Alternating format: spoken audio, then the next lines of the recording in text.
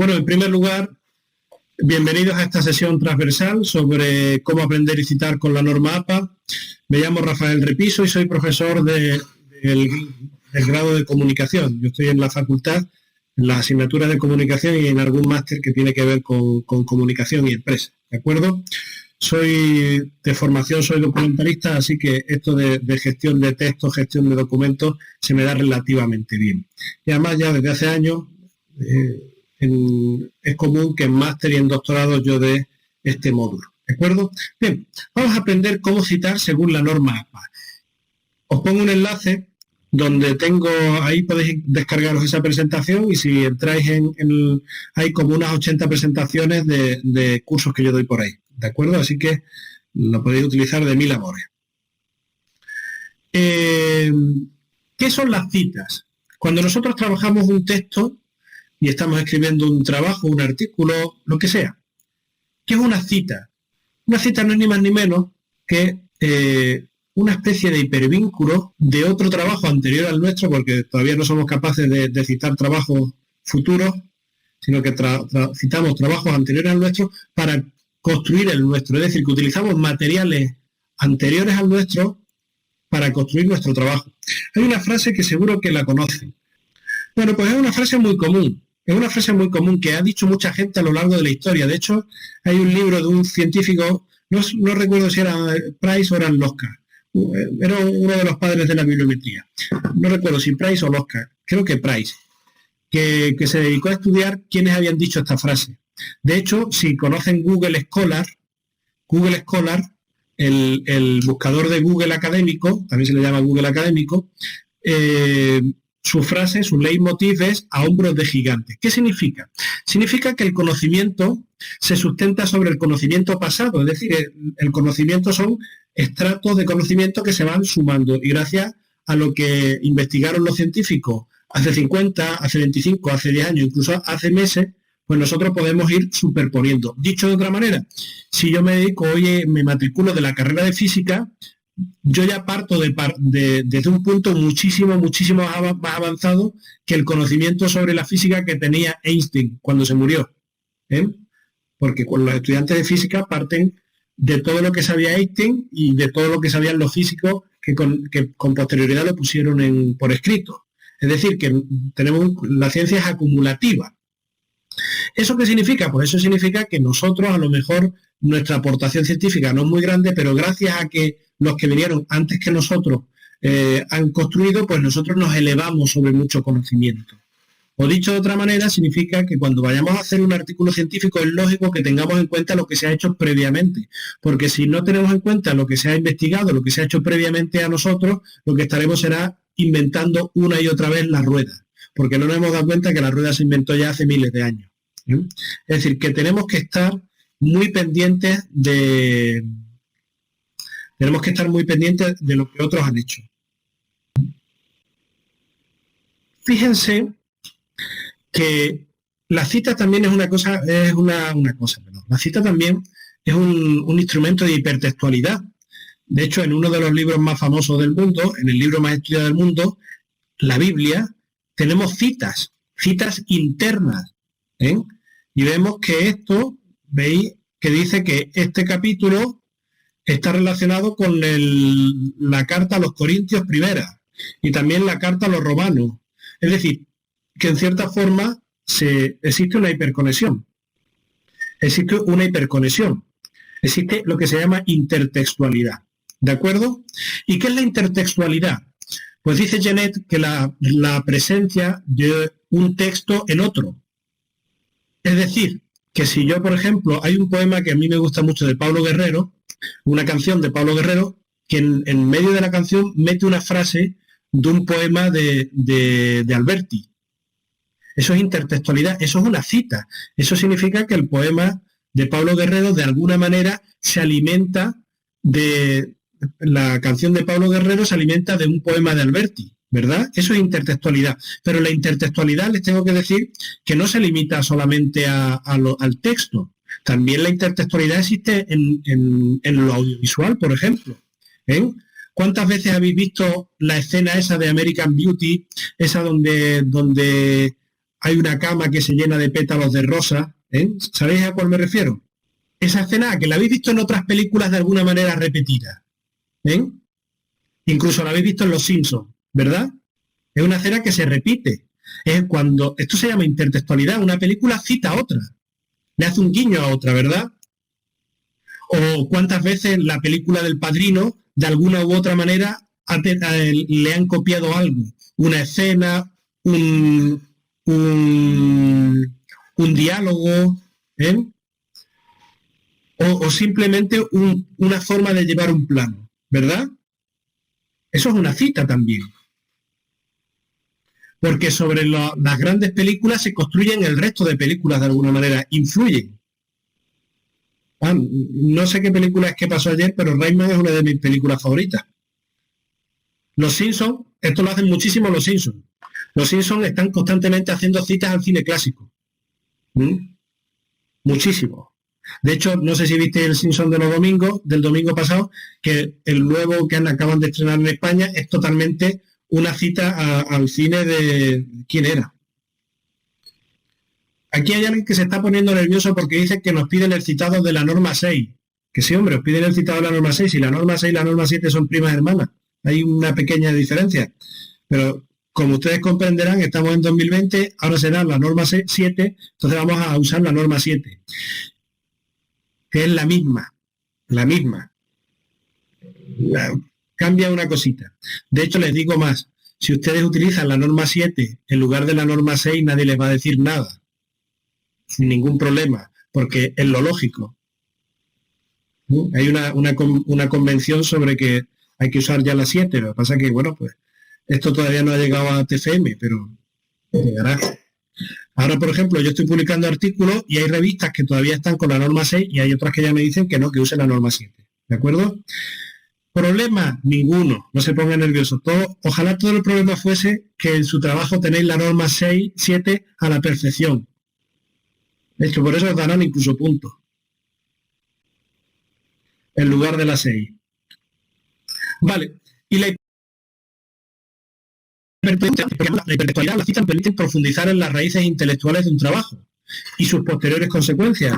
Por ejemplo, aquí vemos, esto es un estudio que hizo Félix de Moya y Magdalena Trillo. Por cierto, está Félix de Moya muy malito ahora con esto del coronavirus. Así que a ver si se recupera pronto.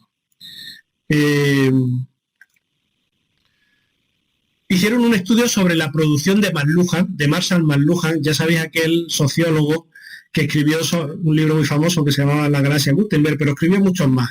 El mensaje, el masaje, en fin. Escribió libros muy, muy famosos. Bueno, pues Marshall McLuhan hicieron una cosa muy interesante. Vieron todos los libros que Marshall McLuhan citaba en su obra y dijo, oye, pues si efectivamente estos son los libros de Marshall McLuhan y McLuhan está citando a estos otros autores, podemos decir que estos son las raíces intelectuales de Marshall McLuhan, ¿verdad? Bueno, pues efectivamente podemos ver las raíces intelectuales de una persona si vemos a quién cita. Es decir, sabemos ya su contexto teórico donde se mueve. Y viceversa, podemos saber la repercusión que tiene una persona. Por ejemplo, Marshall McLuhan tuvo una gran repercusión en el ámbito de comunicación, porque mucha gente de comunicación, a raíz de los trabajos de Marshall McLuhan, hizo otros trabajos. Y también tuvo mucha repercusión en el ámbito de la documentación. Y tuvo mucha repercusión en el ámbito de la sociología. ¿De acuerdo? Perfecto. Bueno. Bien. Importancia de la cita. Fíjense si es importante la cita, que es una de las medidas que más se evalúan en la carrera científica. Yo, por ejemplo, como profesor, a mí me valoran el currículum en relación a dos cuestiones. La productividad científica, es decir, el número de trabajos científicos que he hecho, que mayoritariamente son artículos, y en segundo lugar, la repercusión científica de estos trabajos, es decir, el número de citas que mis trabajos han recibido, porque si yo hago un trabajo bueno, a lo mejor lo cita mucha gente, si hago un trabajo malo, no lo cita nadie. Es decir, que de alguna manera la cita es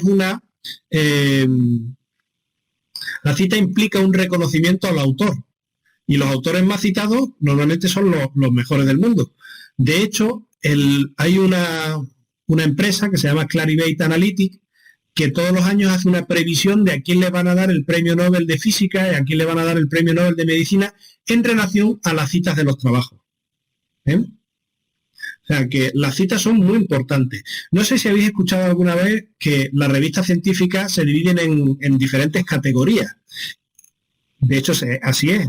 Hay una base de datos que se llama los Journal Citation Report, donde se supone que están las mejores revistas del mundo. Tan importante es esto que a mí como profesor, para promocionar, me piden que tenga un número de artículos en estas revistas. ¿Eh? Para ser titular te piden, para que en el apartado de titular te den la máxima puntuación, te piden 8 artículos publicados en revistas que están en los Journal Citation Report. Y para ser catedrático, que en España es la máxima categoría, en Colombia ser catedrático es como un ser asociado, pero en España ser catedrático es la máxima categoría. Bueno, pues me piden 16 para darme los máximos puntos. ¿Y saben ustedes qué es lo que hace que las revistas estén en los Journal Citation Report? Las citas. Las revistas más citadas de cada categoría estarán en los Journal Citation Report. Háganse una idea que, por ejemplo, en el área de comunicación hay 88 revistas, en los 88 revistas, de las cuales solo dos son españolas. La mayor parte son anglosajonas y estadounidenses. Anglosajonas, perdón, británicas y estadounidenses. Fíjense, ¿qué hace que esas revistas? Porque son las más citadas de su ámbito. Las citas son muy importantes, y bueno, las universidades las evalúan también según el número de artículos que tienen sus profesores en estas revistas de impacto. Es decir, que el impacto científico en la universidad a diferentes niveles, a nivel de profesor, a nivel de revista, a nivel de departamento, a nivel de programa de doctorado, se mide como elemento básico según el recuento de las citas. No sé si han visto que en Google Scholar los resultados se ordenan según por cita. ¿Habéis visto? Buscáis Freud y primero te devuelve el que más citas tiene. Y después va bajando. Oye, ¿por qué este resultado tiene menos citas que este? Y en cambio está en segundo lugar. Muy fácil, porque el libro es de 2015 y este es del año 99. Se entiende que si eres más antiguo tendrías que tener más citas, ¿vale? Pero fíjense, el resultado de Google Scholar, en lugar de PageRank como utilizan el Google normal, son las citas lo que cuentan. Pues este es un buen consejo que os voy a dar.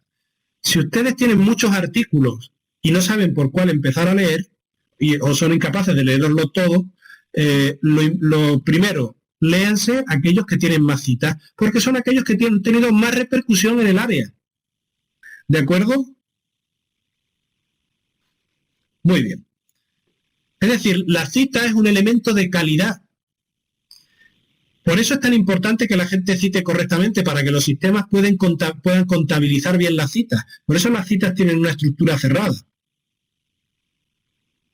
No por el lector, Danilo, por el autor. Una cita significa, por ejemplo, para aumentarle una cita a este artículo, yo tendría que hacer otro artículo donde lo cito. Y cuando mi artículo suba a Internet, automáticamente se le meterá otra cita. ¿De acuerdo? Bien. Para que vean lo importante que es la cita. Una cosa, a mí las citas me recuerdan a las tramas de los tejidos. ¿De acuerdo? Porque la cita no deja de ser una idea o una información que hay en un trabajo anterior al mío, anterior al que yo estoy escribiendo. Lógicamente siempre se cita hacia atrás, nunca se puede citar al futuro, porque no, siempre se cita lo de atrás. Una idea que yo meto en mi trabajo. Una idea, una frase, algo, información que yo meto en mi trabajo. Y que esa información no es mía, que esa información es de alguien. Puedo citarme yo a trabajos anteriores, yo a veces me cito mucho. Pero esa información ya está publicada en un trabajo anterior. Entonces, tú a esa cita le tienes que dar, como te diría, cierto espacio, cierta cabida en tu trabajo, ¿verdad? Y lógicamente no es lo mismo meter 3 citas en un trabajo que meter 40. Meter 3 citas, pues dentro de la redacción no genera mucho problema. Pero meter 40, pues te genera hacer una redacción mucho más compleja, pero a la vez mucho más rica. Esto es lo que yo os decía de la trama. Pues no es lo mismo una trama con 3 colores que una trama con muchos colores. Cuando tienes muchos colores tienes un problema, porque tienes que quedar aquello equilibrado, y si encima lo haces muy bien puedes crear hasta formas, ¿no? Lo que os quiero decir es que cuando utilizáis mucha bibliografía, meter esa bibliografía en vuestro trabajo es costoso, es un ejercicio intelectual costoso, pero si lo hacéis bien, os genera un trabajo de una gran calidad y una gran riqueza. ¿De acuerdo? Muy buena pregunta, Ana. Ahora hablaremos de eso. Bien. Ética de la citación. La ética en la citación es fundamental. ¿Eh? ¿Qué es el plagio? El plagio es usar ideas, datos o frases ajenas, es decir, usar información que no es nuestra, que ya está escrita en otro sitio, y no indicar cuál es el origen. Porque si en un trabajo decimos una frase y no decimos cuál es el origen, o damos un dato y no decimos cuál es el origen, el lector pensará que esa frase es nuestra, que esos datos son nuestros. Es decir, nos atribuiremos la propiedad intelectual de esa frase, de esa idea, lo que sea. Es decir, nos estamos haciendo atribución de méritos ajenos y eso es poco ético. Eso es el plagio. Pero, sin embargo, si lo citamos, en lugar de atribuirnos el conocimiento que no es nuestro, lo que nos estamos atribuyendo es el esfuerzo de la búsqueda, de la obtención y de vincular esa idea a la redacción de mi texto de un trabajo. Y entonces dirá, oye, pues mira, efectivamente, este señor cita a McLuhan, oh, qué interesante, o cita a Berman, oh, qué bueno. ¿Cómo ha metido esta frase de Berman, cómo ha metido las ideas de Berman en su trabajo? Si no lo hacemos, tenemos el problema de que nos pillen y hagamos bueno, y en algunos casos es plagio. Ya saben ustedes que más de uno ha renunciado, bueno, en España no renuncia nadie, pero en Alemania hubo un ministro que renunció por haber plagiado una tesis. Y en Japón hubo uno que se suicidó, me parece. Me da igual que la idea la pongan ustedes con las mismas palabras que venían en el artículo o que la parafraseen. Si la idea no es vuestra, tienen que citarla. ¿De acuerdo? El porcentaje de plagio que se permite es 0. No se permite plagio. Uno no se puede atribuir ideas. Hay un programa que te mide la presencia, la coincidencia de texto tuyo en otros trabajos. Y a lo mejor ese programa te dice, pues mira, tienes un 15%. Pero si el profesor ve que ese 15% está bien citado, no es plagio. ¿Entienden la idea? Vamos a seguir hablando, no se preocupen. Bien. Y además citar correctamente tiene muchas ventajas. Primero, evita caer en la subjetividad de las ideas externas. Por ejemplo, evita dar una opinión, un adjetivo. El sistema es muy malo. Oye, pues a lo mejor tú no puedes decir que el sistema es muy malo, pero si citas a alguien que lo dice, pues según tal el sistema es muy malo. Perfecto, la subjetividad del autor que tú citas, pero no es tuya. En segundo lugar, dota de autoridad, porque tú estás haciendo que un autor tan importante como McLuhan esté en tu texto. Y dice, oye, mira, que este hombre ha escrito un trabajo y ha metido unas ideas muy interesantes de McLuhan en relación a su tema de investigación. Le da autoridad. En segundo lugar, permite perfectamente al lector, al evaluador, a quien sea, saber qué es la parte que ha hecho el autor y cuál es la parte que no ha hecho y cuál es la parte que ha citado. Cuando tú te encuentras un trabajo que no tiene cita, dices, bueno, aquí yo no sé, esto seguro que ha copiado de algún sitio y no lo ha citado, con lo cual yo ya no sé qué es lo que ha hecho él y qué es lo que ha copiado. Parafrasear lo mismo, se tiene que citar. Parafrasear, copiar una idea es plagio. Da igual que esté con la misma frase o parafraseando. Copiar una idea es plagio.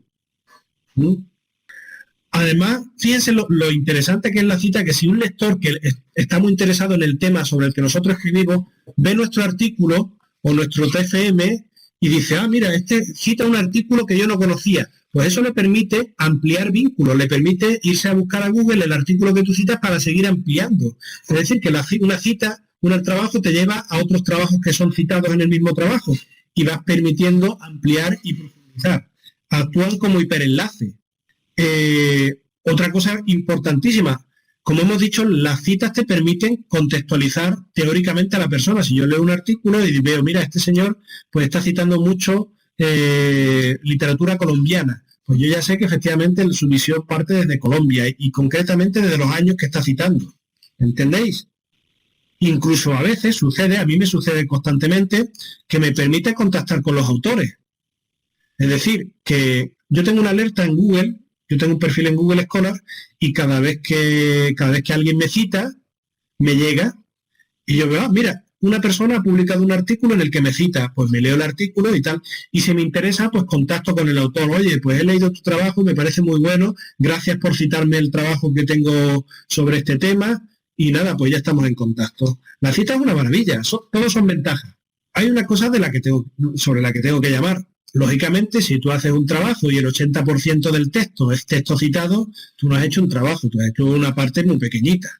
Es decir, lo normal es que se espere que en un trabajo científico la mayor parte de la redacción sea tuya propia.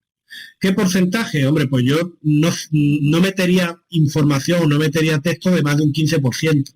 Un 15%, en derecho, en empresas se acepta incluso un 25%, pero ojo, siempre bien citado, ¿de acuerdo? Porque si no vamos a dedicar a citar otros trabajos, al final la aportación personal solamente es reunir trabajos de otras personas, no es escribir nada. Y lo cierto es que tenemos que escribir, ¿de acuerdo? Bien, vamos a hablar sobre los estilos. Cada norma de estilo, esto va por área. ¿Por qué nosotros usamos la norma APA? Nosotros vamos a utilizar la norma APA. Esta es la APA 6 y esta es la APA 7. Es lo mismo. Ahora hablaremos de las diferencias, pero son lo mismo. Lógicamente estamos en el año 2020. En octubre de 2019 salió la norma APA 7. No voy a dar un curso ahora que ya esté caduco, sería una vergüenza. Pero es lo mismo, prácticamente es lo mismo. Bien, ¿por qué hay diferentes normas de estilo? Bueno, la idea de crear una norma de estilo es para homogeneizar la práctica de la escritura científica. Y esto lo hacen desde diferentes lugares. Por ejemplo, las universidades tienen sus normas de estilo. La Universidad de Chicago, a principios del siglo XX, concretamente en 1905, como ellos tenían una gran editorial científica, la Universidad de Chicago, alguna vez contaré la historia, detrás de la Universidad de Chicago están los Rockefeller y tal. Y entonces su primer rector se propone ser la universidad que haga los materiales para todos Estados Unidos. Es decir, ellos querían hacer los mejores materiales académicos que el resto de universidades se alimentasen de ellos. No lo consiguieron del todo, pero desde luego se convirtieron en una universidad y en un sello editorial importante. Claro, después de sacar varias revistas, después de sacar muchísimos libros, dijeron, oye, tenemos que homogeneizar qué norma usamos. Y crearon su propia norma, la norma de la Universidad de Chicago. Lo mismo con la norma Harvard, es una norma que creó Harvard.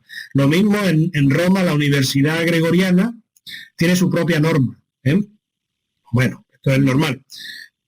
Esto ha sucedido también en las revistas científicas. Hay revistas científicas que han creado su propia norma. Por ejemplo, la revista Nature tiene una norma propia. O en España, en la revista El Profesional de la Información tiene su propia norma, que es una variante de la norma APA, con algún detalle que a mí me gusta mucho. Le ponen los nombres en negrita. Fíjate qué tontería. Le ponen el nombre, es la norma APA con los nombres en negrita. Y dos tonterías más. Y ya la norma ya es diferente. Las asociaciones científicas se dieron cuenta que era importante que dentro de su área todos los investigadores escribiesen con la misma norma. Entonces la APA es una norma que surge de la Asociación Científica Americana de Psicólogos. ¿Por qué? Pues es muy importante. Tú imagínate que yo escribo un artículo para una revista de psicología, me lo rechazan y lo mando a otra, y la otra revista me dice, no, tienes que poner otra norma. Pues no, está muy bien tener todas la misma norma porque todas se manejan igual, porque todos leen igual, porque todos saben la misma estructura y demás. Normalmente cuando vas a publicar en una revista, la revista te dice la norma que tiene y además te pone varios ejemplos. Bueno, ¿y por qué es tan diferente la norma de la forma de citar en Derecho, en Humanidades, en Medicina o en Ciencias Sociales? Por las características de las áreas. Las características de las áreas hacen que cada área prefiera una norma sobre otra. Pero sobre todo tiene que ver con el número de citas que tiene cada artículo en promedio. ¿De acuerdo? En arte, en humanidades y en ciencias jurídicas los trabajos suelen tener pocas citas. Es decir, suelen citar poca bibliografía. En ciencias sociales tienen un número de citas intermedio. Y en cambio en biomedicina, en ingeniería, en ciencias naturales, a lo mejor un artículo tiene 80 citas. Vamos a verlo porque os quiero convencer. Miren, esto es un artículo de historia, ¿de acuerdo? Esta norma me parece que es la norma Chicago. No estoy seguro, pero creo que es la Chicago o una variante. Esto se llama norma con cita a pie de página, ¿vale? Entonces, ¿dónde está la cita? Pues la cita está se utiliza con los números en superlativo. Concretamente, ¿veis aquí el número 3? ¿Veis la cita? El número 3. ¿Lo veis aquí? Bien, pues se hace la llamada, se pone un 3 en superlativo y al pie de la página se utiliza el pie de nota para meter las citas. ¿Veis la 3? Aquí está la 4, aquí está la 4, aquí está la 5, aquí está la 5. ¿Lo veis? Es facilito. Y además, desde mi punto de vista, es lo mejor. Porque tú, sin irte de la misma página, tienes toda la información. En medio del texto tienes aquí la llamada y abajo del texto tienes el texto completo. Aparte, veis que el pie de página se utiliza también para más cosas aparte de la cita, ¿verdad? Por ejemplo, Guillermo Soriano 2. Pues aquí veis, nos dice un breve currículum del autor. Este es profesor de la otra Universidad de La Rioja. El pie de página se usa para todo. Y eso es lo ideal. No, estoy diciendo que esto es lo que se usa en historia. Esto no es lo que vamos a usar nosotros. Esto es lo que se usa en historia. Pero, señores, ¿qué pasaría si en la primera página, en lugar de haber 5 citas, hay 4 citas? En lugar de haber 4 citas, hubiese 12. ¿Qué pasaría? Que el pie de página se lo come todo, ¿verdad? Más citas que texto. Ese es el problema. Por eso, esta norma, que desde mi punto de vista es la ideal, solo se puede usar en aquellas áreas donde hay pocas citas, para que el pie de página no se lo coma todo. ¿Entienden la idea? Así que si ustedes alguna vez hacen un máster en historia o en filosofía o en derecho, usarán una norma a pie de cita. De todas formas, es posible que haciendo vuestro TFM os toque a lo mejor leeros un libro y os encontréis este estilo de cita. Bueno, pues ya sabéis cómo funciona. ¿De acuerdo? Bien. Esto es educación. Esto es educación y concretamente es la norma APA, porque que sepan ustedes que la norma APA no solamente se usa en psicología, es tan buena, funciona tan bien que la gente de educación, la gente de economía, la gente de comunicación, la gente de documentación, la gente de sociología, muchas áreas de ciencias sociales la han adoptado. ¿De acuerdo? Bueno, pues, ¿cómo se hace la cita en la norma APA? Pues se hace la cita en lugar de poner un número en superlativo, se pone los apellidos de los autores, coma, el año. ¿Por qué? Porque no se usa el pie de página. Y bueno, por lo menos, no tenemos el nombre completo del artículo, pero por lo menos tenemos 2 datos importantes. La persona a la que se cita y el año al que se cita. ¿Lo veis? ¿Veis la idea? Pues tú estás leyendo, y esto es lo que os vais a encontrar en economía, y entre paréntesis os encontráis el autor y el año. En este caso, ¿por qué hay 2 años? Porque se está citando 2 obras del mismo autor. Un trabajo del año 86 de Davis y un trabajo del año 89. ¿Veis la idea? Y como dice nuestra querida Fátima, al final del trabajo, en una sección que se llama bibliografía, tendríamos todos los trabajos ordenados según la norma APA, por el apellido alfabéticamente de los autores. ¿Lo ven? Ahora lo veremos. No os preocupéis que después profundizaremos. Esta es la norma que vamos a usar nosotros. Esta es la norma APA. Concretamente esta es la norma APA en educación. Por cierto, este es un artículo de una revista de la UNIR, que es de las pocas revistas españolas que está en el listado JCR de educación. De hecho, fue la primera revista española de educación en entrar en el listado en el año 2004. Bueno, y ya por curiosidad vamos a ver cómo lo hacen en biomedicina. En biomedicina, en química. En biomedicina, en química, hacen algo parecido a lo de historia, es decir, que ponen las citas en superlativo. 1, 2 significa que cita un trabajo de 2. 3, 5. 3-5 significa que citan el trabajo 3, el 4 y el 5. 6, 7, 8, 9-11 significa que citan 3 trabajos, el 9, el 10 y el 11. Fíjense que en este espacio ya han citado 20 trabajos. ¿Lo ven?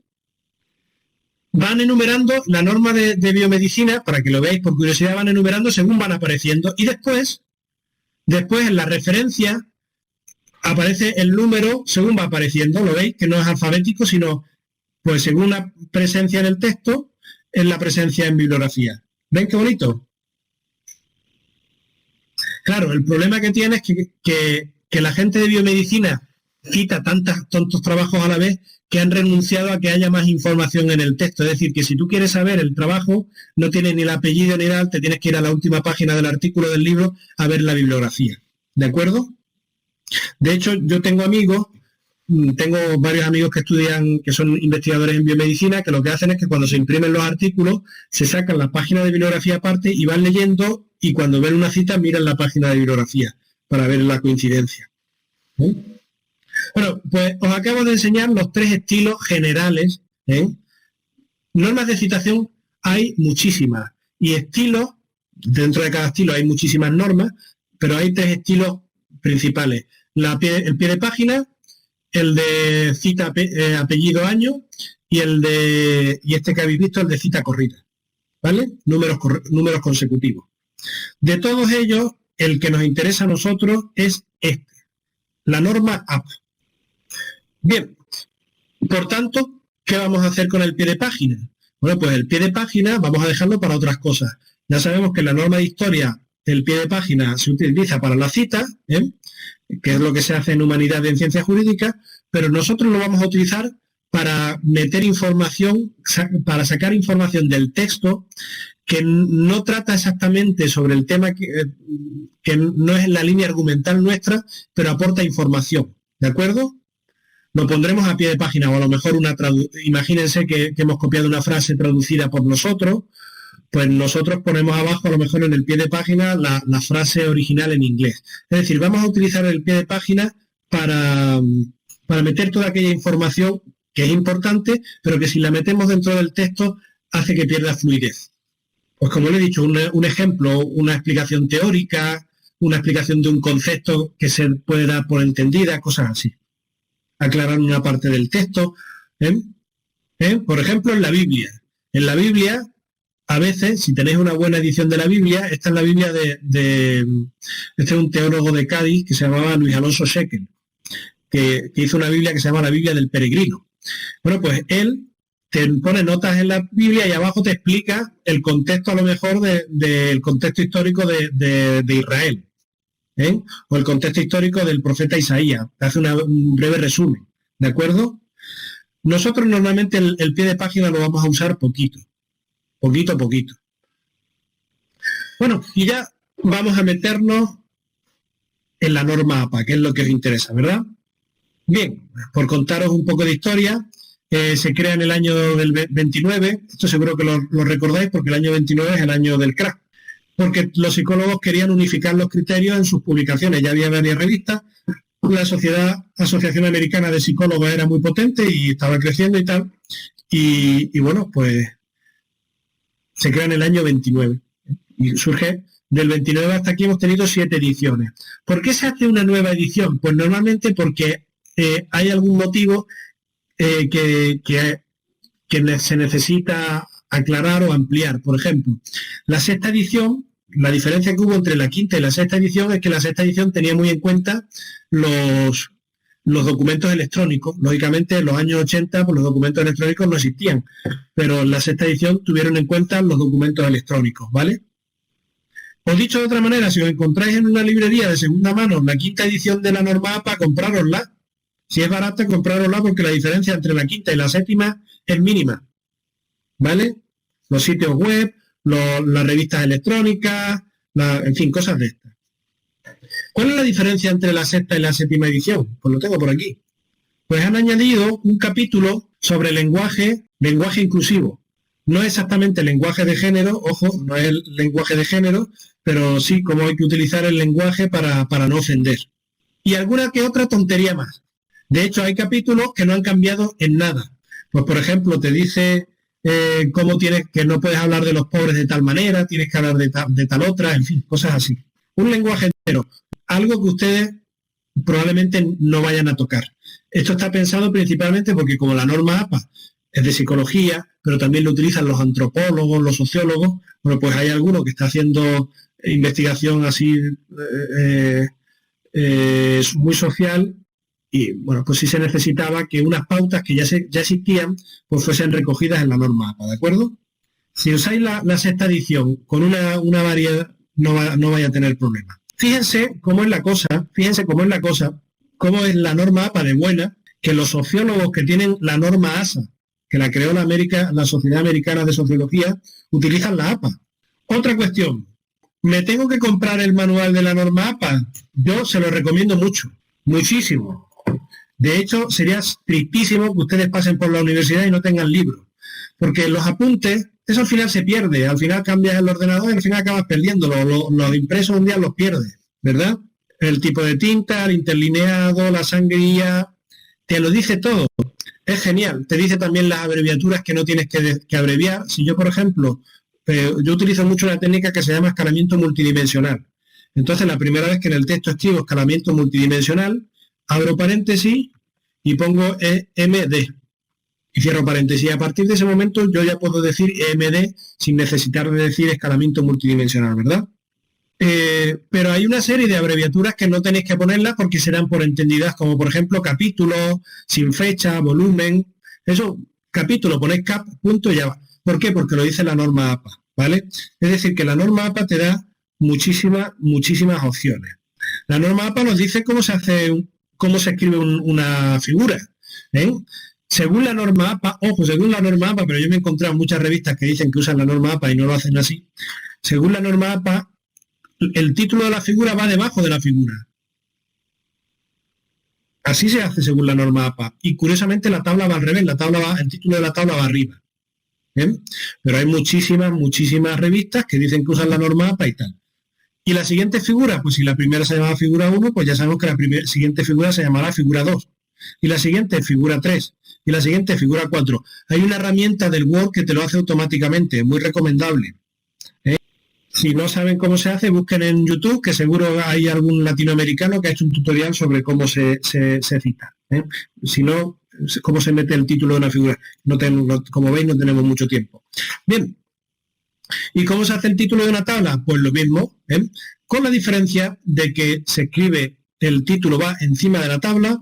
En segundo lugar, el título no está en cursiva. Se puede meter una nota. El título de la tabla se pone arriba y abajo la nota. Yo, Elkin, más que Zotero, uso Mendeley y os voy a enseñar Mendeley. Como entenderéis, yo no tengo nada que ver con la Asociación Americana de Psicólogos, ni yo ni la UNIR, pero os aseguro que este es de los libros que más consulto. Ya veis que el 1 de octubre salió la norma y a las 2 semanas ya tenía la nueva. Y tengo la otra. Y no sé si os dais cuenta, pero las tengo en inglés. En lugar de esperarme unos meses a que salga en español, me las compro en inglés. ¿Bien? Porque es un libro que consulto mucho. Para mí es súper importante. Porque te enseña todo. Te dice cómo se hace un buen título, cómo se hace una buena introducción. Hay un capítulo de cómo se cita, pero eso solo es uno. O sea, la norma APA es un libro, es un manual sobre redacción académica. Magnífico. Cómo se hace una buena tabla, el estilo académico, en fin. Esto es una maravilla. Hay muchas formas de citar. Bueno, lo primero que tenemos que saber es que la norma, tenemos que hacer una distinción. Yo he estado hablando de cita y de referencia. ¿Es lo mismo la cita que la referencia? Podemos decir que cita y referencia son cuasi sinónimos, pero no son sinónimos. Por tanto, la cita es la llamada que hay en medio del texto, como dice Ludwig. La cita es lo que hay en medio del texto, en medio de la redacción nuestra, y la referencia es, podemos decir que la ampliación de esa cita, que se sitúa en la bibliografía, en el apartado final, llámese bibliografía, llámese apartado referencia, lo que sea. ¿De acuerdo? Y en la norma APA la cita empieza por un paréntesis y termina por un paréntesis. Es decir, es un paréntesis en medio del texto, donde tenemos que poner obligatoriamente 2 o a veces 3 elementos. Primer elemento, apellido de los autores. No se pone el nombre, apellido. Segundo elemento, año de publicación del trabajo que estamos citando. Bueno, ¿y qué es la publicación? La publicación es hacer público algo. Me da igual que sea en un libro, una publicación impresa, o me da igual que lo hayan hecho público en una página web. Hacer público un texto. Y si yo estoy citando una página web y la cito y tal, pues tendríamos que ver si podemos adivinar cuándo se hizo esa página web. Y a lo mejor la página web del año 2016, concretamente lo que yo estoy citando. Por tanto, apellido, año y en algún caso concreto, sobre todo cuando estemos citando texto, cuando estemos citando una idea muy concreta, podremos decir dentro del libro o del artículo en qué página está la idea, el texto que nosotros citamos, ¿de acuerdo? Pero ya os digo, lo obligatorio es el año y tal, y a veces pues también decimos la página donde está esa cita, donde está el texto que nosotros decimos, ¿de acuerdo? Por tanto, la P es de página. Os voy a poner cuatro opciones que según la norma APA son válidas, ¿de acuerdo? Pero ya veréis la diferencia entre una y otra. La belleza y la fealdad son contraposiciones de la estética como la bondad y la maldad lo son de la ética. Abro paréntesis, Eco, 2007, página 15. ¿Lo veis? Lógicamente, si yo cito y te digo la página exactamente del libro donde está, pues a lo mejor si tú quieres buscar esa cita y ver tal, te viene mejor a que leerte un libro de 300 páginas hasta encontrar dónde está esa idea, ¿verdad? Si yo en mi página, en mi redacción, por algún motivo, normalmente por un criterio de autoridad, porque la persona nos parece relevante nombrarla en la redacción, hablo del autor, nos dice Umberto Eco que la belleza y la fealdad, Umberto Eco era una persona famosa, es bueno sacarla, nos dice de Umberto Eco que la belleza y la fealdad son contraposiciones de la estética como la bondad y la maldad lo son de la ética. Bueno, pues ahora en la cita ya no es necesario volver a poner a Eco, porque ya se entiende que es Eco. ¿Lo ven? Podría volver a ponerlo, pero no es necesario. Y esto nos lo permite, esta flexibilidad nos la da la norma APA. ¿La ven? Bien, tercer de esto, incluso el año. Si nosotros por algún motivo, porque el año es importante, el año de la obra, los años son muy importantes en las disciplinas que estudian obras. Filología, la gente de literatura estudian obras. Filosofía, pues si por algún momento el año y el autor fuesen importantes, también lo podríamos sacar. Nos decía en el año 2007 Umberto Eco que la belleza y la fealdad son contraposiciones de la estética como la bondad y la maldad lo son de la ética, página 15. ¿Lo veis? O incluso hasta la página podríamos sacarla y ya no habría que hacer la cita porque la cita estaría incrustada en el texto del todo, naturalizada dentro del texto. Nos decía en el año 2007 Umberto Eco en la página de su obra sobre la fealdad que la belleza y la fealdad son contraposiciones de la estética como la bondad y la maldad lo son de la ética. Ahora bien, si os dais cuenta, las primeras dos formas son muy fluidas y esta ya me ocupa mucho, ¿verdad? Y hace frases largas. Por tanto, yo siempre voy a recomendar la primera y la segunda forma. No, Jennifer, tienes que poner el año, porque después en la bibliografía estará el año. En la bibliografía, en la norma APA, recordáis que se ordena por apellido, ¿verdad? Alfabéticamente por apellido, y dentro del mismo apellido por año. Por tanto, siempre tienes que poner apellido año, ¿vale? Yo no sé citar páginas web, Carolina, ni sé citar páginas web, ni sé citar películas, ni sé citar leyes. Para todas esas cosas utilizo el programa. Así que no os preocupéis. Ahora veréis que hay muchos tipos de documentos que se citan, que su forma de citar es diferente. Bueno, pues para cada uno veremos la forma. ¿De acuerdo? Lógicamente tenéis que saber cómo se hace en un libro y cómo se hace en un artículo por tal. Perfecto. El título entraría después en la referencia. En las referencias, como dice Sandra Carolina. De momento estamos hablando de la cita. Vamos a hablar de la cita. Bien. ¿Qué podemos citar? Podemos citar ideas parafraseadas. Es decir, una idea, pero la voy a poner con mis palabras. Al comienzo la universidad era una institución eminentemente eclesiástica. Perfecto, yo pongo, abro paréntesis, Harris, el año 2008, el libro del año 2008, página 87. Perfecto. O puedo citar frases, donde la idea ya está implícita, es decir, la frase, me ha gustado tanto la frase de este autor que la voy a copiar entera. Cuando yo copio una frase, ¿qué tengo que hacer? Para diferenciar esa frase, para dar a entender al lector que la frase no es mía, la tengo que poner entre comillas. Por lo menos en la norma APA la tengo que poner entre comillas. Abro comillas y copio lo que decía Harris. El origen de la universidad se remonta a la época medieval cuando era primordialmente una organización eclesiástica. ¿Lo veis? Esta es mi frase y esta es la frase original. ¿Veis la diferencia? No, comillas. No se pone cursiva ni hilo. Comillas. Por lo menos en la norma APA. En otras normas sí. Otras normas se utilizan la comilla. Según la APA no. Incluso a veces, en lugar de citar ideas, directamente cito un libro entero. Existen muchos libros, multitud de trabajos que nos hablan del origen de la universidad y como veis a lo mejor ni me los he leído. Uno de Harry del año 2008, uno de Repiso del año 2014 y uno de Delgado y Torres, que son dos autores, del año 2008. ¿Lo veis? He citado 3 obras y ni siquiera a lo mejor me las he leído. Simplemente he dicho que hay libros que tratan ese tema. ¿Ven? ¿Lo ven? Este tipo de citas vamos a intentar evitarlas, por forma de rellenar la bibliografía de manera innecesaria, ¿vale? Vamos a intentar hacer citas siempre a ideas o a frases, es decir, a contenido. Lógicamente, como libros no tengo que decir la página donde está la idea, porque no hay una idea. ¿Ven la cuestión? Por cierto, esto me permite que veáis qué pasa cuando se hacen a la vez 2 o más citas. Bueno, pues es lo mismo, pero cada una de ellas se separa por un punto y coma. Una termina en el año, punto y coma. Repiso. Pues aquí tenía que haber un punto y coma, esto está mal. Repiso 2014, punto y coma, Delgado y Torres 2008. ¿De acuerdo? No tiene por qué ir punto final, va a punto final si termina en la frase, y si continúa en la frase puede ir otra cosa. En este caso, como la frase terminaba, hemos puesto un punto y coma. Pues yo creo que no, pero te lo consulto.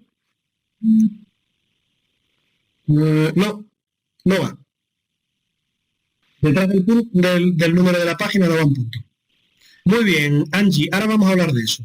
Ya os he dicho que esta presentación es la presentación más amplia que ustedes conocen. Bueno, pero ¿qué pasa si el texto que estamos citando es muy grande? Bueno, hay una norma. Si nosotros ponemos entre comillas, es decir, nosotros si estamos copiando texto ajeno, podemos usar las comillas hasta 40 palabras, 3 líneas. 3 líneas sí podemos usar la comilla, pero si nos pasamos de las 3 líneas, tenemos que hacer texto aparte. Y como dice, lo que te he dicho, Frey, es lo correcto. Es decir, fíjense cómo aquí yo hago un texto de Agudela Bretón, que son 3 líneas. Bueno, pues lo pongo entre comillas. Y aquí tengo 2 líneas, pues lo pongo entre comillas. Pero ¿qué pasa si fuese más? Pues si fuese más, lo que hacemos es esto. Quitamos las comillas, hacemos un párrafo aparte, le damos 1 o 2 tabulaciones a la derecha. ¿Para qué?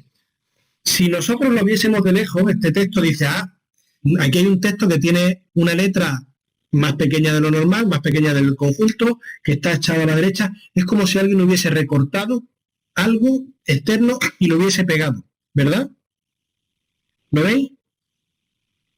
El tabulado, la sangría. Esto es lo que se hace cuando se copia texto de 3 o más y ya no hay que poner la comilla.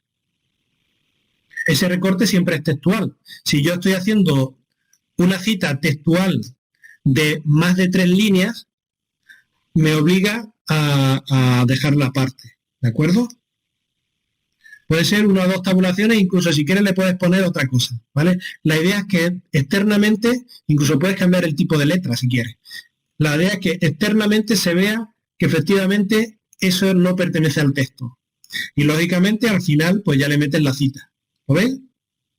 El interlineado cambia, todo cambia, como dice la canción de Mercedes Sosa. Textual menor de 40 palabras, textual menor de 40 palabras entre comillas. Y no textual, pues es que no hay que usar las comillas, con lo cual no nos preocupamos por eso. Bueno, y me preguntaba ante una alumna, bueno, ¿qué pasa cuando es mucho texto, pero yo solamente cojo 2 partes del texto? Pues cortamos con corchete, 3 puntos y corchete, de tal manera que ya la gente sabe que ahí había un texto, que se está citando un párrafo grande, pero que solamente se está utilizando de ese párrafo unas frases concretas, ¿de acuerdo? Sí, debe ser corchete, no paréntesis. Ahora, si le metéis un paréntesis en lugar de un corchete, pues tampoco es un pecado mortal. La norma APA dice corchete. Hay un poema de Neruda que dice, para que tú me oigas, como las huellas de las gaviotas en la playa. Pues hay una parte que hemos obviado. Para que tú me oigas, mis palabras se adelgazan, lo hemos borrado y hemos puesto esto, ¿de acuerdo? Bueno, no os preocupéis, que ya veis, ¿habéis visto alguna vez una presentación tan completa? Pues lo mismo, esto es una cosa que se tendría que enseñar, pero como sabéis, cada vez se enseña menos a redactar. Yo recuerdo que yo tuve un profesor de primaria que me enseñó a escribir y a redactar y me pedía muchas redacciones y me las corregía y me mejoraba mucho el estilo. Pero cuando cumplí 12 años, a partir de ahí ya nadie me corrigió el estilo, ni me siguió enseñando a redactar. Eso hasta que llegué a la universidad y hice la tesis doctoral. Y después mi director de tesis otra vez se puso. Pero hay un periodo de tu vida en que nadie te dice qué puedes mejorar en tu redacción, qué estilo tienes que usar y cosas de estas. Y es una pena, porque es un periodo de nuestra vida en la que estamos constantemente haciendo trabajo. Perfecto. Hay un libro de Daniel Cassany, que por cierto, Daniel Cassany es amigo mío, un profesor de la Pompeu Fabra, que se llama La cocina de la escritura. Ese libro es genial. Y si os gusta la cocina de la escritura, hay un libro concretamente de Daniel Cassany para escribir en la academia que se llama Afilando el lapicero. Y ahora mismo está haciendo un libro, me ha dicho, para hacer artículos científicos. ¿Y qué sería una cita indirecta? Pues solamente citamos la idea. Los directores de tesis son considerados como los gatekeepers de la profesión académica y también como los agentes socializadores de la profesión. Veis que he hecho dos citas de la misma obra.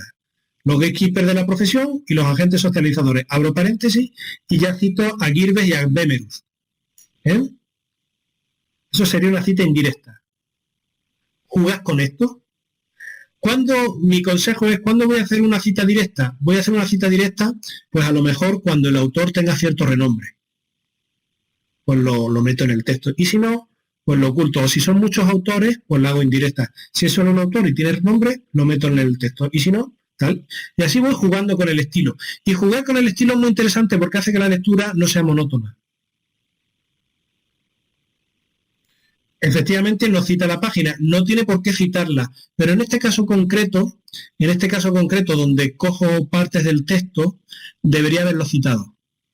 Yo tengo que deciros que uno de los errores que yo cometo con más frecuencia es que no hago cita de página.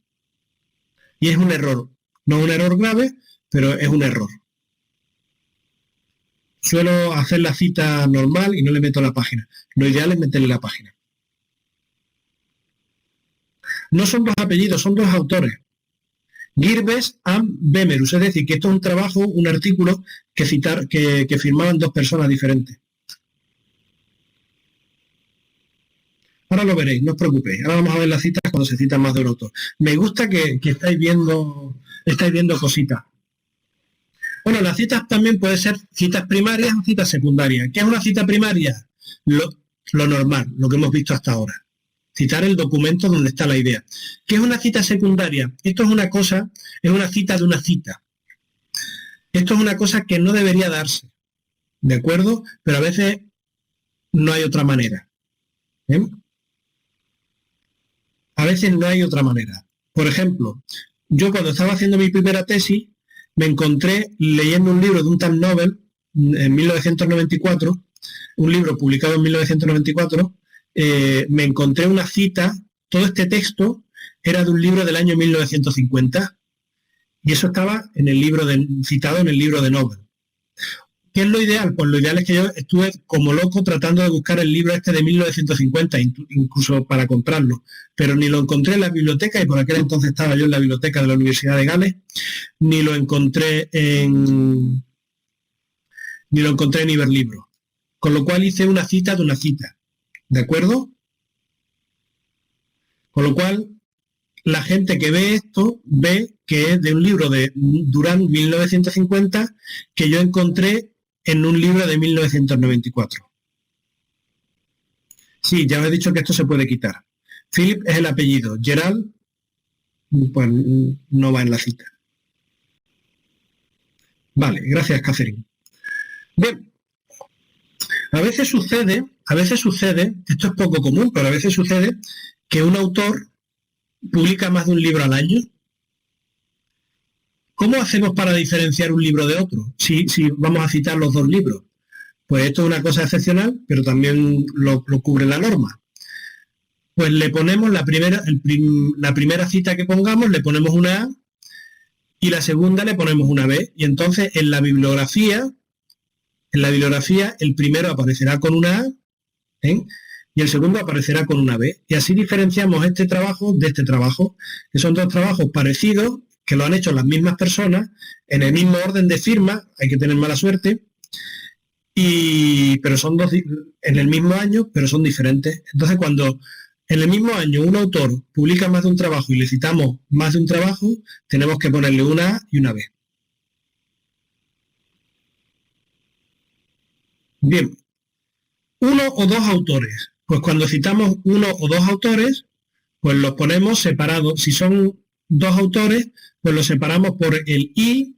En España se usa el I, pero si el texto es anglosajón, podríamos usar el AND, ¿vale? Es decir, que el apellido de los autores, Delgado, por cierto, era mi director de tesis. Y Repiso, Delgado y Repiso, ¿lo veis? Cuando el texto son de 3 a 5 autores, pues la primera vez que se cite en el texto lo citamos todos, Repiso, Torres y Delgado. Y si volvemos a citar el mismo texto otra vez, perdón, esto sería hasta 3 autores. Si volvemos a citar el mismo texto otra vez, le ponemos Repiso et al. Et al es una locución latina que significa et alii, igual et alii. ¿Eh? Alii. Igual que etcétera, lo reducimos como etc, punto, et alii lo vamos a reducir como al, que significa y otros. Et alii, et al punto, ¿vale? Entonces le ponemos el primero, et al. Primer autor, coma, Repiso y otros. El et sería como la i, y ya le podemos poner el año. Como es una locución, como es una reducción de una locución, detrás del al le ponemos un punto, igual que al etcétera le ponemos un punto y tal. Y como es latín, que no es nuestra lengua, el et al lo vamos a poner en cursiva. Porque no sé si os lo he dicho, pero los extranjerismos, según la Real Academia Española, se ponen, es decir, las palabras que no son en castellano, se ponen en cursiva. No, punto y coma es cuando son dos trabajos en uno. Punto y coma es cuando son dos trabajos en uno, en una cita. Por ejemplo, imagínate que cito un trabajo en la misma cita, cito a Repiso 2018 y a Torres 2020. Estoy citando dos trabajos a la vez. Para diferenciar los dos trabajos, después del año le pongo un punto y coma, ¿lo veis? Y cuando son más de 3 autores, este es un cambio con la norma anterior, porque la norma anterior te decía que más de 3 autores, no, más de 5. La norma anterior te decía que de 3 a 5 autores tenías que ponerlo todo y más de 5 ya podías usar el etal. Esta norma nueva dice que no, que uses el etal a partir de 3 autores. Es decir, cuando son 4, 5, 6, 7, 100 autores, hay artículos que tienen 100 autores, son de física, pero hay áreas en las que se trabaja en colaboración en muchos institutos y tal, y se pueden tener cientos de autores, pero eso no es normal, en eso no lo vais a encontrar ni en economía y tal. Bueno, pues cuando son 4 o más autores, directamente ponemos el apellido del primero y el etal, y ya dejamos de poner el resto. ¿De acuerdo? Bien. Una cosa, os voy a contar, uno de mis mayores vergüenzas fue que cuando, haciendo la tesis doctoral, hice mi primer artículo científico que se lo mandamos a una revista. Además, se lo mandamos a una revista de un conocido de mi director de tesis, un editor que era conocido de mi director de tesis. Y entonces, pues yo escribí el artículo, yo fui el que hice la mayor parte del artículo, y en la bibliografía, pues metí todo lo que había citado en el texto, y también metí otros libros y otros trabajos que aunque no los citaba en el texto, pero yo los había leído, ¿vale? Mi director de tesis me revisó el trabajo y no se dio cuenta de eso y lo mandamos a la revista. Y la revista nos lo rechazó y nos dijo que eso era algo, en fin, como te diría, poco profesional. Mi director de tesis se cogió un cabreo conmigo, un enfado terrible, que cómo se me había ocurrido hacer eso, que eso no se hace, y yo lógicamente no tenía ni idea porque nunca nadie me había enseñado a escribir. Hay una norma de oro en la academia, de oro. En el texto solo se cita aquello que aparece en la bibliografía. Y en la bibliografía solo aparecen las referencias de aquello que aparece en el texto. Es decir, si yo me leo otras cosas y no las meto en medio del texto, no las tengo que referenciar. Se penaliza y es una especie de relleno, porque claro, si yo me voy a una biblioteca y empiezo a meter relleno, pues me aparece una bibliografía así, aunque a lo mejor solo me he leído 2 textos. Por tanto, norma de oro. Solamente se cita lo que aparece en la bibliografía y solamente lo que hay en la bibliografía está porque se ha citado en el texto. ¿De acuerdo? Porque sería un relleno falso. La bibliografía es un resumen de todas las citas que hay a lo largo del texto en una página o en 2 páginas o en 3, normalmente 1 o 2, y a través de la bibliografía se puede ver la trayectoria intelectual, con lo cual no se debe meter nada que no se haya usado en la composición del texto. Bueno, y ahora os voy a enseñar, os he enseñado antes cómo se hacía la cita. Lógicamente la cita entre un artículo de revista, un libro, una página web es lo mismo. Se hace igual. Apellido, coma, año. Oye, y si nos encontramos un libro que no lo ha hecho una persona, sino que lo ha hecho una institución como por ejemplo la UNIR. La UNIR crea un libro, el libro de normas, y no aparece el nombre, sino que aparece la UNIR. Bueno, pues se supone que el autor es la UNIR. Y si nos encontramos una página web que no la ha hecho una persona, sino que de microsiervo, pues ponemos el nombre de la página web. Esto es lo mismo, ¿eh? Es lo mismo en los libros que en las páginas web, ¿de acuerdo? Os he dicho que las citas todas tienen la misma estructura: apellido, año y página. Lógicamente, si es una página web, pues no se pone la página, porque las páginas web no son 1, 2, 3, 4, no se pone ya. Pero lo que sí se diferencia son las referencias bibliográficas. No es lo mismo la referencia bibliográfica de un libro que la de un artículo de revista, o que la de una web, o que la de una ley, que la de un mapa, que la de una película, que la de un documento de trabajo, un working paper, que la de una entrada en la enciclopedia. No es lo mismo. Pregunta: ¿ustedes se tienen que saber cómo se hace todas las referencias de todos los tipos de documentos? No, porque si no nos volveríamos locos. No. Para eso está el manual. Para eso está el manual. Yo cuando necesito algo, me voy directamente al manual y lo miro. Y digo, bueno, ¿cómo se hace una película? Voy al manual y lo miro. ¿Eh? De hecho, yo había citado películas en 2 o 3 en la vida, en toda la vida. Perfecto, Patricia, no adelante. Pero yo creo que sí es importante, saber hay 2 referencias bibliográficas que sí deberíais saberlo. Os tengo que decir una cosa, esto os lo voy a enseñar, pero esto se memoriza haciéndolo, ¿vale? Esto es como todo. A citar se aprende citando. A hacer las referencias se aprende haciendo referencias, ¿vale? Que serían los libros. Tenéis que saber cómo se cita un libro y también tendréis que saber cómo se cita un artículo de revista, porque son las tipologías documentales que ustedes más van a citar en su vida, ¿de acuerdo? Documento de trabajo es un working paper. Un documento de trabajo es que yo tengo algún que otro documento, que a veces en lugar de que hago un artículo, pero no lo mando a una revista, sino que me lo quedo y lo subo a mi página web.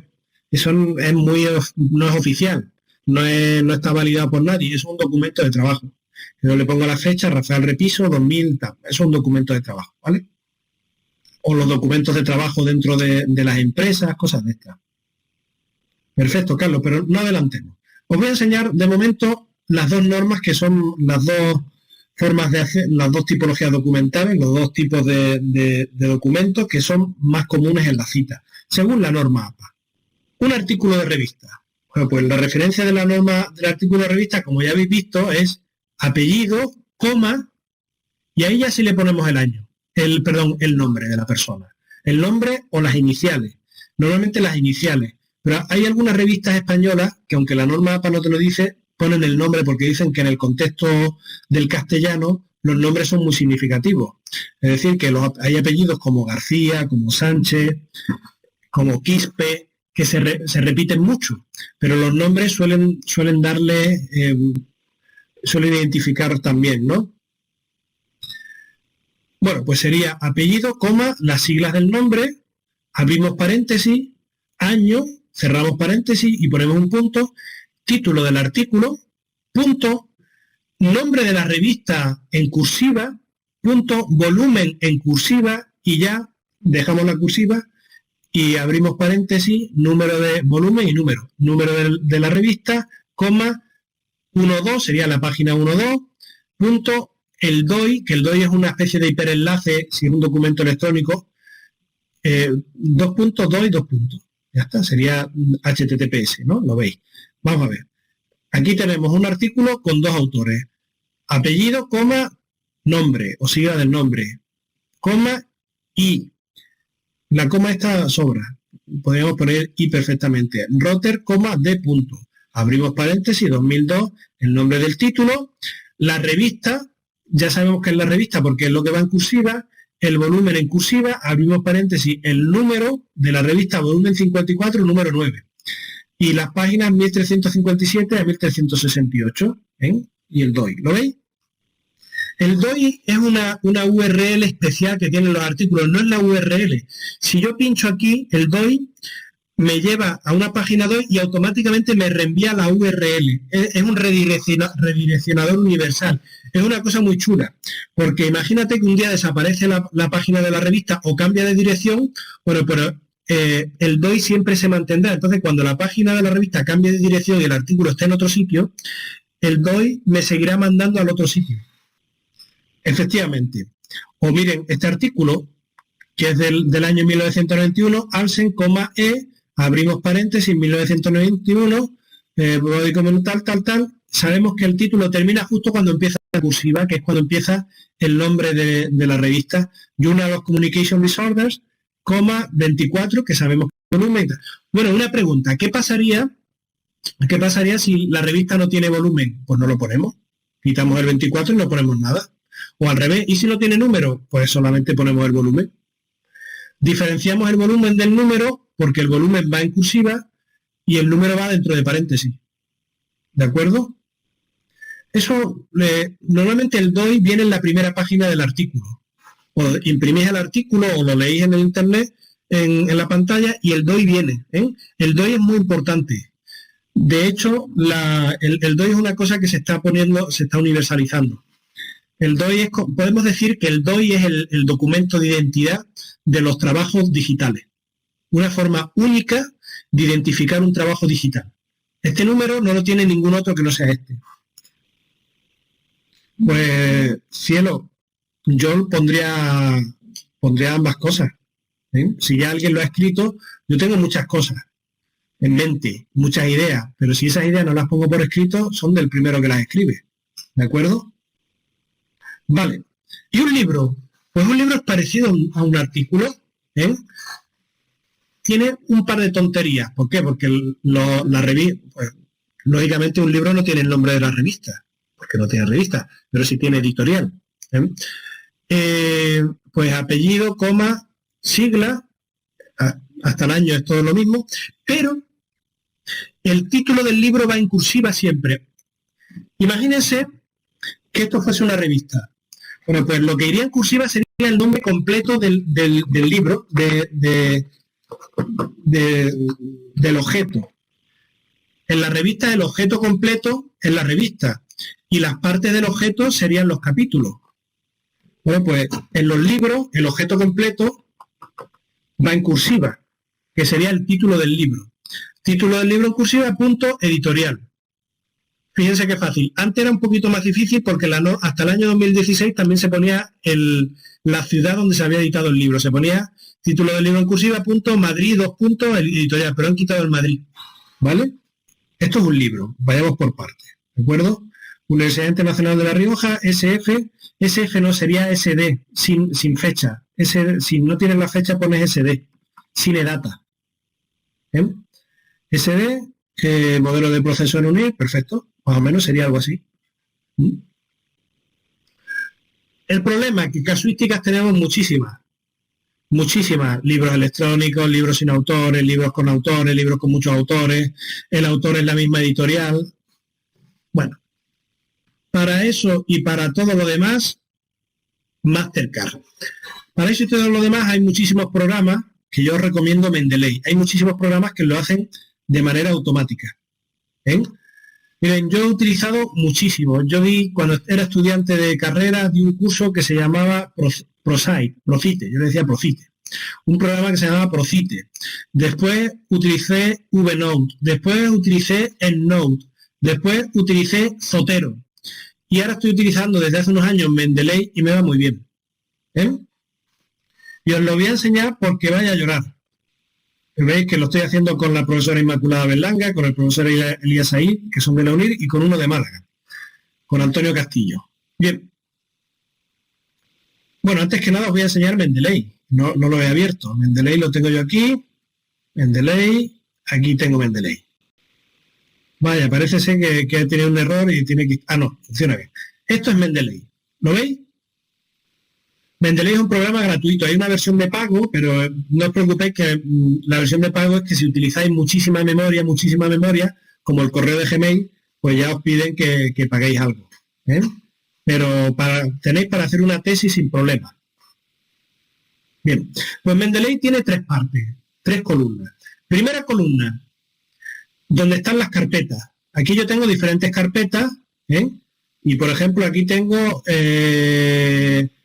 mi primera tesis. Si abro esta carpeta, pues se cambian tal. O por ejemplo ahora mismo estoy usando una carpeta dentro de comunicación, una carpeta que se llama endogamia. ¿Lo veis? Hay otra carpeta que se llama revista y hay otra carpeta que se llama tesis. Bueno, pues comunicación, endogamia, ¿lo veis? Y esto es como si fuese una carpeta con canciones. Cada carpeta tiene una bibliografía diferente. Esta es la que estoy usando ahora mismo. Y aquí lo que tengo son diferentes artículos, diferentes trabajos. Cada uno de ellos es un trabajo. ¿Lo veis? Yo pincho en uno y aquí a la derecha me sale si es un artículo, el título del artículo, los autores, la revista, el año, el volumen, el número, me sale en inglés, esa es la pega. Las páginas, donde está este artículo, el resumen, bueno, esto ya es lo demás porque esto tal. ¿Lo veis? Así tengo de toda mi bibliografía. De hecho, a mí me robaron en Barcelona hace un año portátil, me lo robaron a mí y a otro profesor. Y ese día me compré otro ordenador y sobre la marcha toda la información que había en Mendeley se me copió. Mendeley, para descargártelo, primero te tienes que registrar en su página en Mendeley y se te crea una especie de cuenta virtual, que todo lo que hay aquí está también subido a la nube. Es decir, que si yo ahora voy a otro ordenador, me instalo Mendeley, me identifico con mi nombre, me descarga toda la bibliografía y tengo acceso a toda la bibliografía que he usado hasta ahora. Es decir, que esto es como la biblioteca de todo lo que yo he leído. ¿Vale? ¿Lo veis qué bonito? Y además, no solamente es un programa de gestión de bibliografía, sino que si yo pincho aquí, me abre el artículo, ¿lo veis? Me abre el artículo, yo puedo subrayarlo, yo puedo decir, yo normalmente subrayo y le meto una nota. Esto va a introducción. Le dejo ya una nota metida, que ya la tengo ahí para la vida eterna. Vamos a descargarlo. Fíjense, este artículo no lo tengo descargado en el ordenador, está en la nube, le pincho 2 veces y se descarga, ¿lo veis? Y fíjense, esto es de mi tesis. Pincha aquí y digo, esto podría ir a la cita de los capítulos. ¿Veis que lo tengo trabajadito? Y si vamos leyendo, veis que tengo esto subrayado por algún motivo, no sé por qué. Lo ideal es que cuando subrayéis el texto le pongáis el motivo, ¿vale? Bueno, en fin, que aquí tengo mi bibliografía. Aquí tengo mi bibliografía. ¿Y saben qué es lo mejor? Que esto es lo que os va a hacer llorar. Que aquí en el Word se me ha instalado, en el apartado de referencia, se me ha instalado una aplicación que se llama Mendeley Citeomatic. Y que cuando yo quiero meter una cita, me lo mete automáticamente.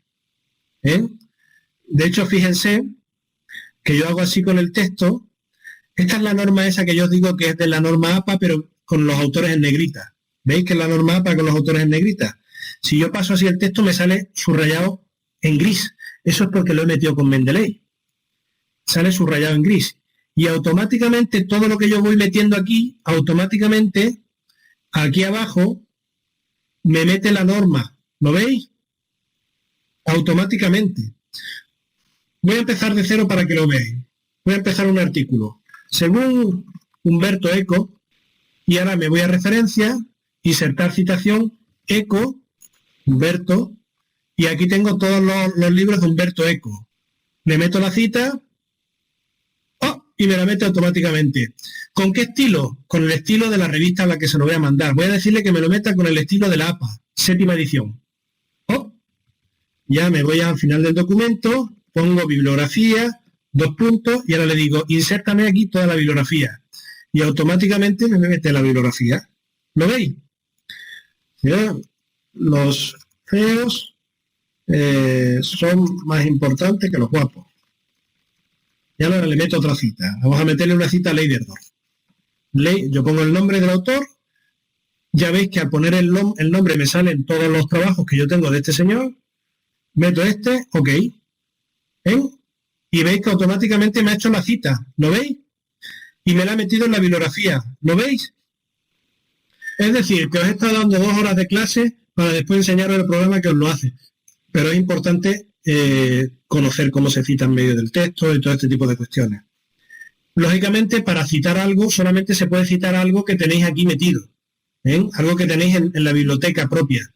Si no está en la biblioteca propia, no se puede. Pero bueno, tampoco vais a hacer 30 citas en vuestro TFM, pues metéis los documentos. Oye, ¿y si el día de mañana me piden que utilice la norma de la asociación médica? Pues vais aquí y fíjense cómo os lo hace automáticamente. Si tengo ordenador, añado una carpeta, pero hay una forma que es añadir manualmente. Entonces, añadir manualmente, tú dices qué tipo de documento es. Lógicamente, una página web pues tendrá unos apartados que no tienen una película y viceversa. Pues si yo digo esto es una tesis, esto es un programa de televisión, esto es un artículo de la enciclopedia, esto es una factura, esto es un libro, esto es un capítulo de libro, pues yo tal pongo el libro y ahora ya le empiezo a poner el nombre de la rosa. Empiezo a rellenar, autor Eco como Humberto, año 2007, se pone el año del libro que te has comprado, no del año en el que se publicó, páginas 320. Porque en la norma APA las páginas no se ponen, las páginas de los libros, la extensión del libro, pero en otras normas sí. Ciudad, Granada. Edición, segunda. Editores es publisher. Pues Lumen. Y si tengo el DOI, meto el DOI, si tengo el ISBN, meto el ISBN y ya está, ya lo tengo metido, ¿lo veis? Es muy fácil. En fin, a escribir se aprende escribiendo, a hablar se aprende hablando y a citar se aprende citando. Así que mi consejo es que ahora mismo he explicado muchas cosas, ahora descansar y cuando vayáis a poneros a escribir, os descargáis Mendeley, os veis un pequeño tutorial y os ponéis a funcionar. Pues nada, que tengáis una buena cuaresma, que tengáis una buena cuarentena